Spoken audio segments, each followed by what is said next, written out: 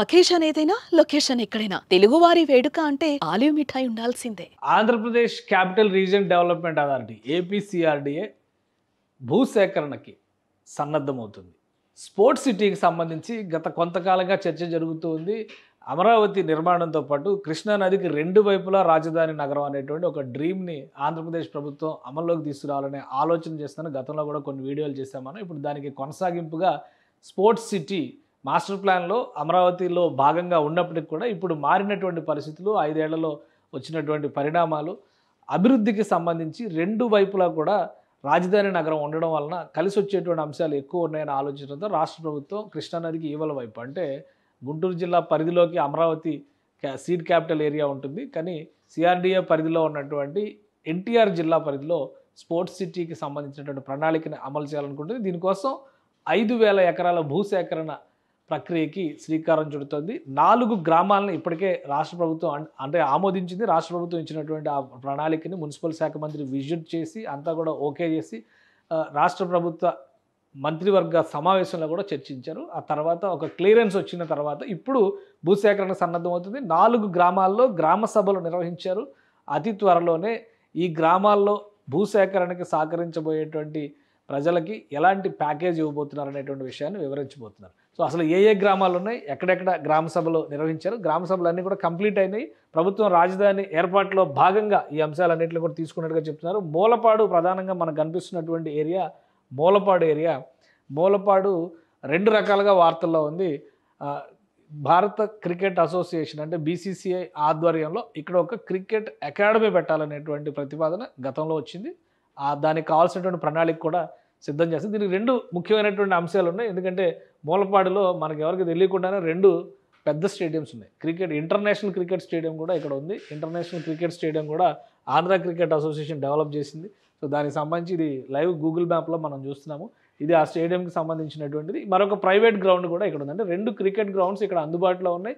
ఇది హైదరాబాద్ విజయవాడ హైవే మీద వచ్చేటువంటి, విజయవాడకి 20-25 కిలోమీటర్ల దూరంలో ఉండేటువంటి ప్రదేశం. అందుకనే ఇక్కడ ఇన్ఫ్రాస్ట్రక్చర్ డెవలప్ చేయడం వలన ప్రయోజనం ఎక్కువగా ఉంటుంది అనేది. ఇక రెండవ వార్త మూలపాడు గురించి వచ్చింది.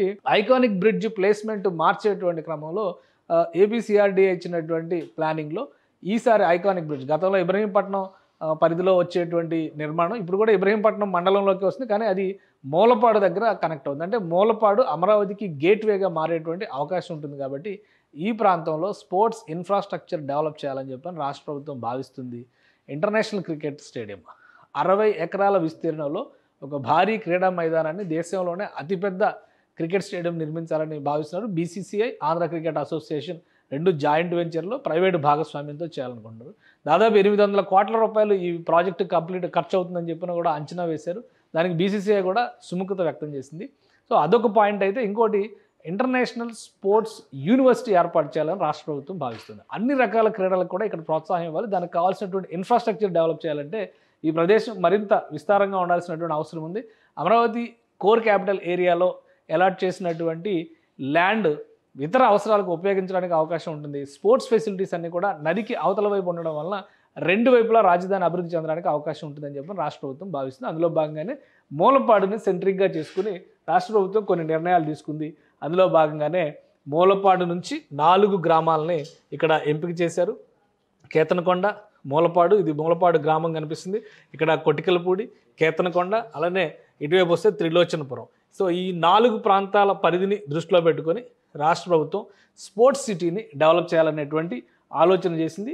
ఈ స్పోర్ట్స్ సిటీకి సంబంధించినటువంటి ప్రాంతం అంటే కేతనకొండ, త్రిలోచనపురం ఈ ప్రాంతాలన్నీ కూడా వస్తాయి అన్నమాట. ఇలా చూసినప్పుడు కొటికలపూడి, మూలపాడు దీన్ని సెంట్రిక్గా చేసుకుని ఈ ప్రాంతం మొత్తం 5,000 ఎకరాల భూముల్ని సేకరించాలని చెప్పని రాష్ట్ర ప్రభుత్వం నిర్ణయించింది.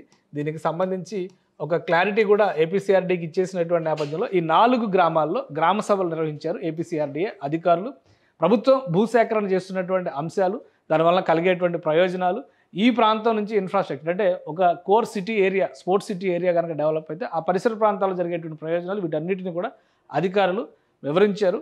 అలానే అక్కడ ఉన్నటువంటి ప్రజలు, రైతాంగం భూములు ఇవ్వడానికి సుముఖత వ్యక్తం చేశారు. వాళ్ళకి ఇవ్వబోయేటువంటి ప్యాకేజ్ డీటెయిల్స్ గురించి మాత్రమే మాట్లాడారు. సో మరో దఫా మీటింగ్ ఉండబోతుంది. ఆ మీటింగ్లో మరింత క్లారిటీ ఇస్తామని చెప్పని అధికారులు చెప్తున్నారు. ఒకవేళ ఇక్కడ కనుక క్లారిటీ వస్తే 5,000 ఎకరాలు ఆల్రెడీ కృష్ణానదికి ఆనుకుని ఉన్నటువంటి ప్రదేశంలో, అంటే ఇక్కడ మనం ఒకటి గమనించాల్సింది ఏంటంటే ఇది నదికి యువతల వైపు ఉంది కాబట్టి రాజధాని ఈ ప్రాంతాన్ని ఒకసారి మనం జూమ్ చేసి చూస్తే కనుక క్లారిటీ వస్తుంది.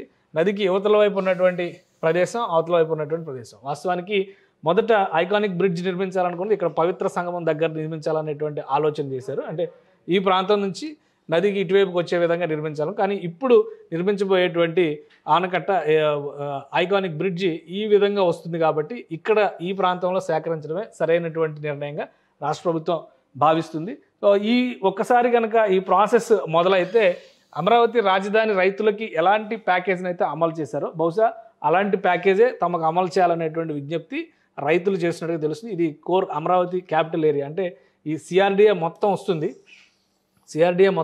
కోర్ క్యాపిటల్ ఏరియా ఇంకా ఇక్కడి నుంచే వస్తుంది. అమరావతి, పాత అమరావతి కూడా రాదు, ఈ ఏరియాలోనే వస్తుంది. కాబట్టి ఇప్పుడు దీన్ని ఒక సర్కిల్గా కంప్లీట్ చేసేటువంటి ప్రయత్నం జరుగుతుందని మనం భావించవచ్చు. దీనికి సంబంధించి 2వ దఫా మీటింగ్ ఉండబోతుంది అతి త్వరలోనే. అలానే ప్రభుత్వం డిసైడ్ చేసినటువంటి ప్యాకేజీని వివరించేటువంటి ప్రయత్నాలు చేస్తారు. ఈ ప్యాకేజ్ వివరించిన తర్వాత భూసేకరణ ప్రక్రియ మొదలవుతుంది. గతంలో కేవలం 60 రోజుల్లో, అంటే 2 నెలల్లో భూసేకరణ ప్రక్రియని పెద్ద ఎత్తున చేపట్టింది రాష్ట్ర ప్రభుత్వం. సో దాన్ని దృష్టిలో పెట్టుకొని చూస్తే కూడా ఈ ప్రాంతంలో వచ్చేటువంటి ఈ ప్రాజెక్టుకి సంబంధించి భూసేకరణకి సంబంధించినటువంటి జోన్స్ ఈ విధంగా ఉంటాయని ఒక ఎక్స్పెక్టేషన్ చేస్తున్నారు.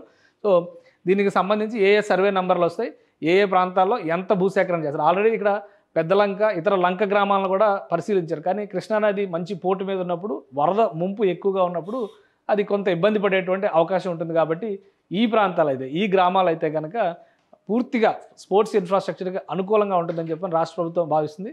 స్పోర్ట్స్ ఇన్ఫ్రాస్ట్రక్చర్ అనే కాకుండా ఒక ప్లాన్ ఉంది, మాస్టర్ ప్లాన్ ఉంది. ఆ మాస్టర్ ప్లాన్లో స్పోర్ట్స్ సిటీ అనేటువంటి ఒక మోడల్ కూడా ఉంది. సో మాస్టర్ ప్లాన్ని మార్చి చేస్తున్నటువంటి క్రమంలో ఈ ప్రాంతంలో మరింత జాగ్రత్త తీసుకోవాలి. ఎందుకంటే లీగల్గా ఇది మళ్ళీ కేసులు వేస్తే ఇంకో కొత్త సమస్య వచ్చేటువంటి అవకాశం ఉంటుంది. ఇప్పటికే అమరావతి డిలే అయింది, లేట్ అయింది, 11 నెలలు గడిచిపోయింది అనేటువంటి విమర్శలు వస్తున్నాయి. కాబట్టి ప్రభుత్వం చాలా జాగ్రత్తగా ఆచితూచి న్యాయపరమైనటువంటి అంశాలను కూడా పరిగణలోకి తీసుకుని డెవలప్ చేసేటువంటి ప్రయత్నాల్లో ఉంది. స్పోర్ట్స్ సిటీ అని చెప్పని కోడిఫై చేయనప్పటికీ కూడా దీన్ని ఏ విధంగా మెన్షన్ చేయాలి, ఎందుకంటే కొత్త ఇన్ఫ్రాస్ట్రక్చర్ గతంలో లేని ప్రపోజల్స్ ఇక్కడికి వస్తున్నాయి. కాబట్టి దీన్ని ఏ విధంగా మెన్షన్ చేయాలి, ఏ విధమైనటువంటి రీతిలో దీనికి సంబంధించినటువంటి జీవో ఇవ్వాలి, న్యాయపరమైనటువంటి చిక్కులు రాకుండా ఎలాంటి జాగ్రత్తలు తీసుకోవాలని చెప్పని రాష్ట్ర ప్రభుత్వం ప్రస్తుతం దానిపైన మదనం చేసినట్టుగా తెలుస్తుంది. 2వ విడత భూసేకరణ మొదలైతే మొట్టమొదటిసారిగా జరగబోయేటువంటి భూసేకరణ ఈ స్పోర్ట్స్ సిటీ పరిధిలో ఉండేటువంటి భూముల నుంచే జరుగుతుంది. ఆ తర్వాత ఇంటర్నేషనల్ ఎయిర్పోర్ట్ ప్రతిపాదన ఉంది కాబట్టి అది గుంటూరు జిల్లా పరిధిలోకి వచ్చేటువంటి అంశం. సో దానికి తర్వాత భూసేకరణ జరగవచ్చు. కానీ అమరావతి రాజధానికి సంబంధించి మరోసారి ల్యాండ్ పూలింగ్ లాంటి కాన్సెప్ట్ కనుక అమలు చేస్తే మొట్టమొదట భూసేకరణ, భూ సమీకరణ జరిగేది ఈ ప్రాంతంలోనే. సుమన్ టీవీలో మీ పర్సనల్ అండ్ బిజినెస్ ప్రమోషన్స్ కోసం కింది నెంబర్కి కాంటాక్ట్ చేయండి.